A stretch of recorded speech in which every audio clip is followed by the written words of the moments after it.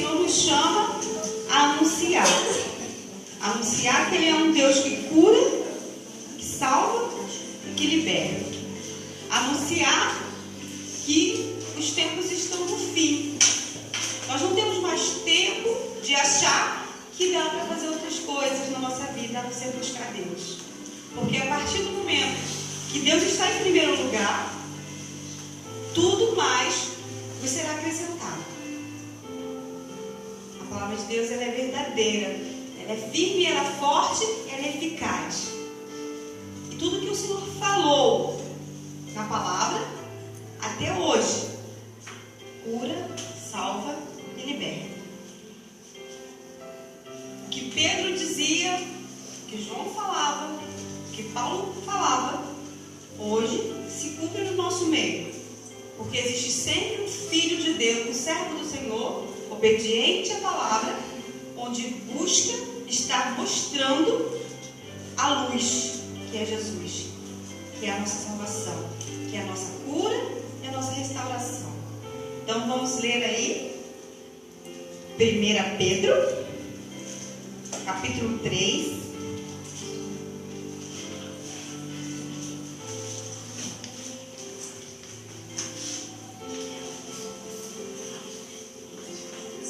O Senhor, Ele veio falar conosco hoje sobre a nossa conversão, sobre a vontade de Deus de nos curar, sobre nós compreendermos o que significa cura, para que a gente prossiga no caminho dele.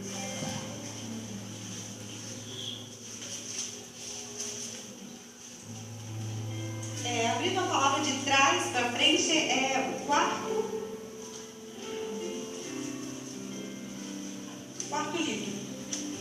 De trás para frente, lá no finalzinho do livro.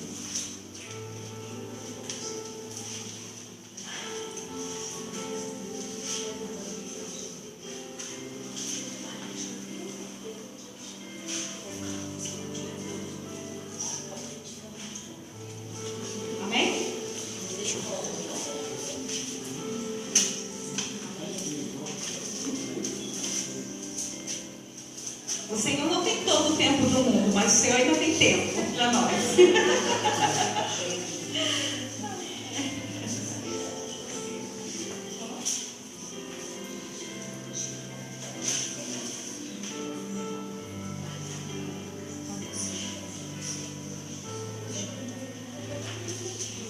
No final, só abrir a Bíblia no final e voltar ali 4 livros. 4 livros no final. Você consegue chegar.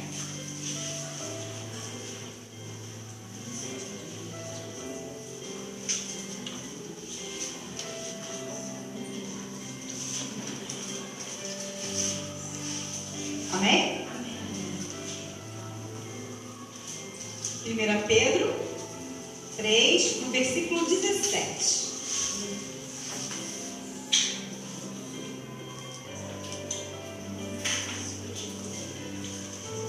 Aliás, é melhor padecer, se Deus assim o quiser, por fazer o bem, do que por fazer o mal. Pois também Cristo morreu uma vez pelos nossos pecados, o justo pelos injustos, para nos conduzir a Deus. Padeceu a morte em sua carne, mas foi vivificado quanto ao Espírito. É neste mesmo Espírito que ele foi pregar aos espíritos que eram detidos no cárcere, aqueles que outrora, nos dias de Noé, tinham sido rebeldes.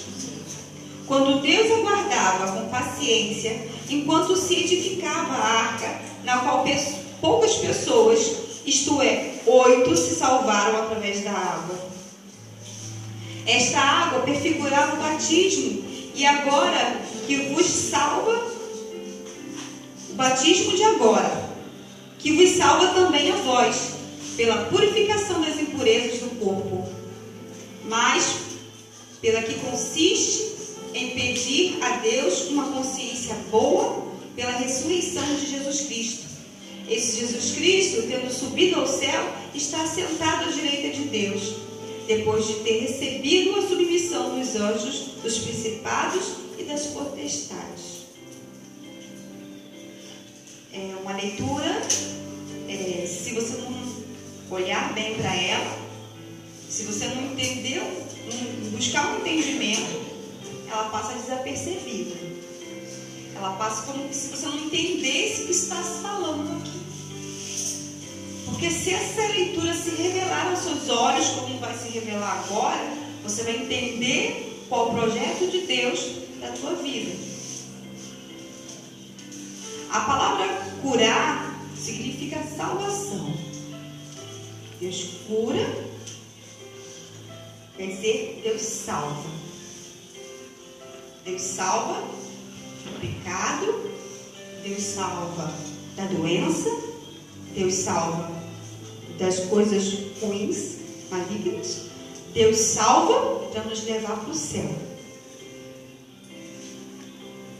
E no versículo 17 ele já começa dizendo: aliás, é melhor padecer, se Deus assim quiser, por fazer o bem do que por fazer o mal. Quantas vezes nós não temos uma noção de que nós estamos fazendo o bem, mas aí vem alguém e fala para a gente assim: você fez tudo errado. Você fez tudo errado. E você tinha convicção em Deus que você estava fazendo certo. Que você estava fazendo a vontade de Deus na sua vida. Que você estava fazendo aquilo que Deus te pediu para fazer. Mas você padeceu, porque alguém te disse que aquilo era mal. No versículo 18 diz assim: pois também Cristo morreu uma vez pelos nossos pecados, o justo pelos injustos, para nos conduzir a Deus. Padeceu a morte em sua carne, mas foi vivificado quanto ao Espírito. Vê o que Deus fez de bom. Ele nos deu Jesus para nos salvar.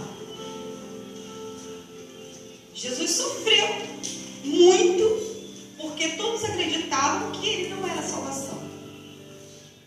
Até os dele, na hora mais difícil, abandonaram.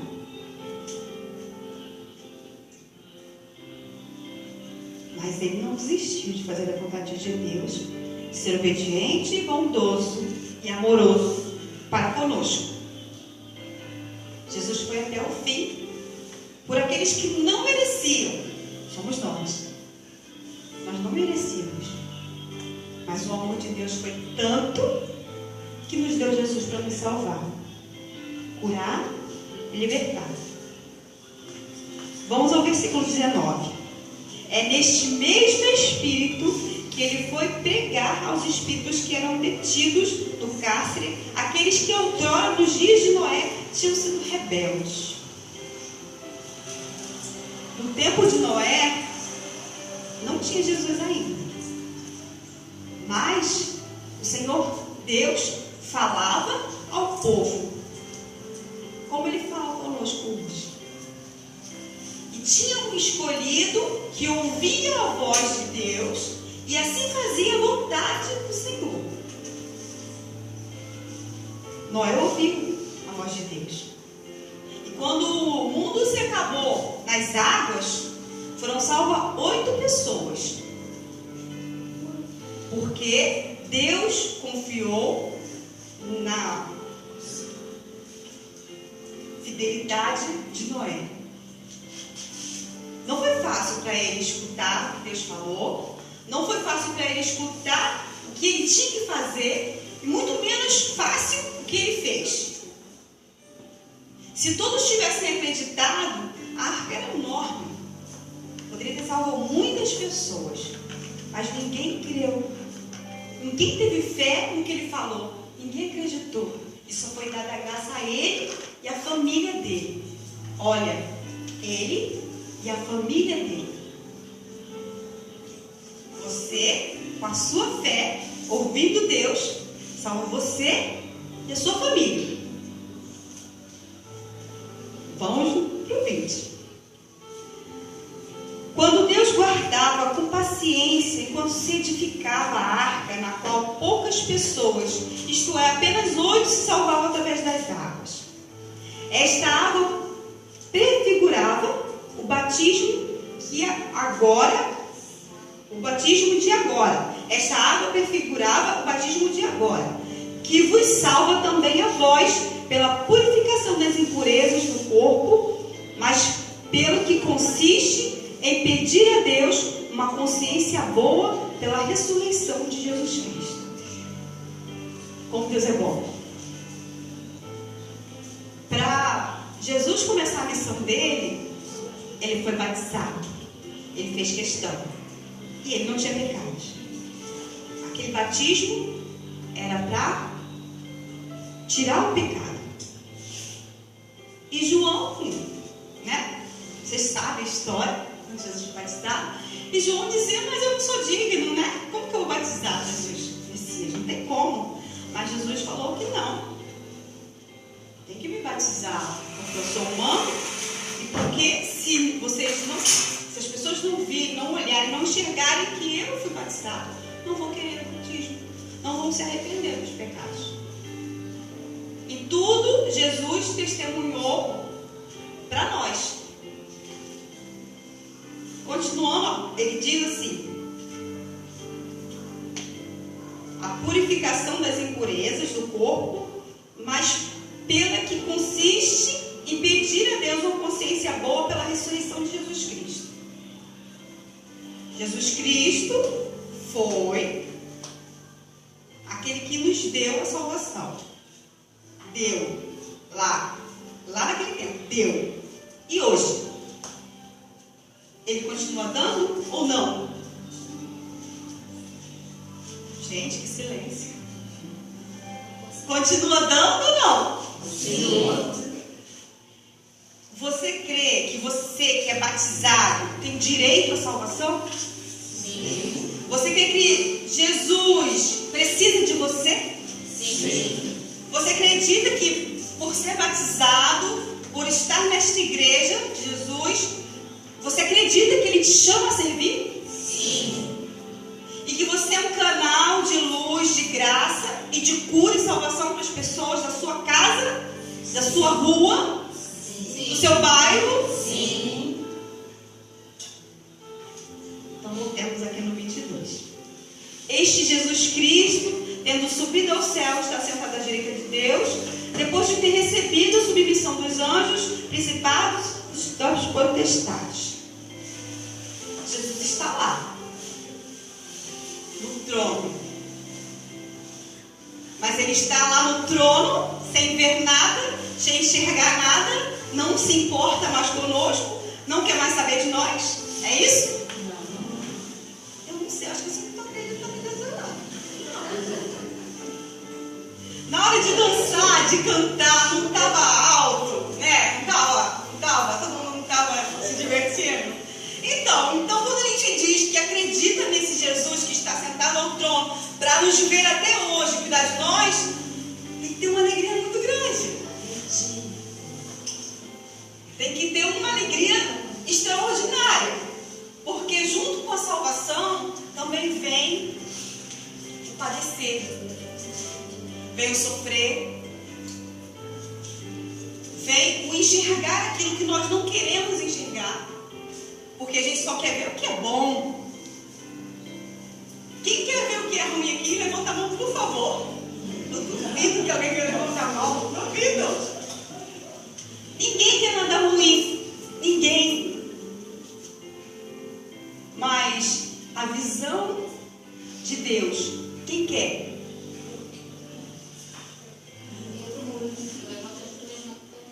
Quer a visão de Deus? Você quer a visão de Deus? Você quer?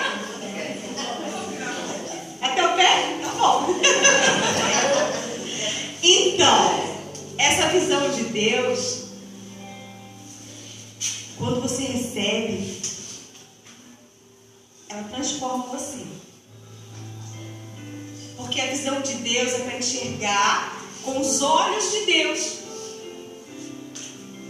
É para ser obediente a Deus e é para ser usado como canal de Deus. E você tem certeza que Jesus sofreu, não tem essa certeza? Ele padeceu, mas ele também foi ressuscitado no terceiro dia e nos concedeu a salvação. Então você que pediu, porque quando você falou que você pediu, e Deus ouviu você falando isso, então você se comprometeu com Deus. Se comprometeu. Não adianta agora voltar atrás. Agora já foi. Você falou que queria ter a visão de Deus. Não esquece que Deus, ele sabe de tudo. Ele sabe do nosso coração, ele ouve, ele vê tudo. Ele é onipresente, onisciente, onipotente, né? Ele é Deus. Então ele ouviu você falar que quer ter a visão que ele tem.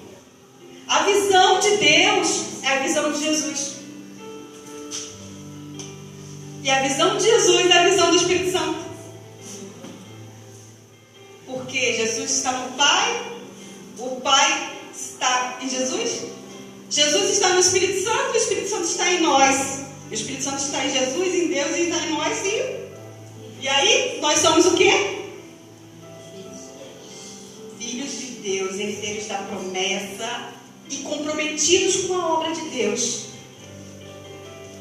Hoje, mais uma vez, ele vai achar ajuda, né? Aquele que achava que vinha aqui só para louvar, para pedir, está enganado. Você vai receber a tua herança. A tua herança é ter uma visão de Deus em todas as situações da sua vida, da vida daqueles que estão perto de você, do seu lado, daqueles que necessitam ouvir uma palavra, daqueles que necessitam ser cuidados. E uma parte da Bíblia diz assim: se você não deu ainda até sangrar para Deus, como Jesus fez, você ainda não dará. Né? Não aconteceu nada com você ainda não. Quem aqui já sangrou por Jesus? Pelos planos de Deus. Ok? Hã? Ninguém?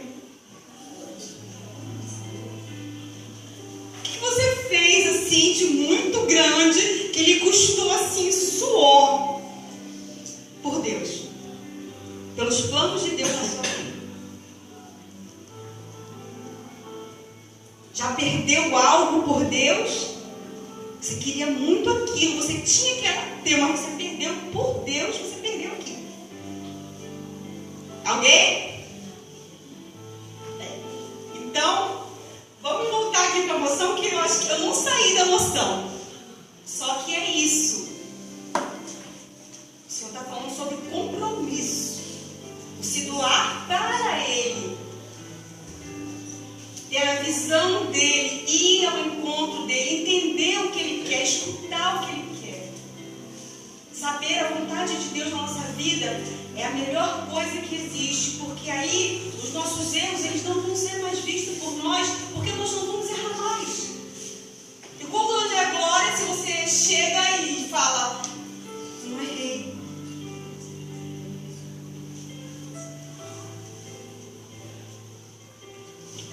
No meu papel, que eu escrevi aqui, que se entregar a Cristo é nele esperar, confiar que Deus é amor e perdoa os nossos pecados. Nós temos que pedir a Deus uma consciência, como ele diz aqui, consciência para servir, porque muitas vezes nós servimos sem consciência, sem saber o que Deus quer. Nós servimos, né? Servimos. Achamos até que estamos fazendo certo. Mas a consciência de Deus, nós não temos. É preciso pedir, é preciso formar essa consciência, é preciso encontrar essa consciência de Deus em nós. E o bom servir para Deus é ser prudente e vigiar na oração. O bom servir para Deus é isso, é vigiar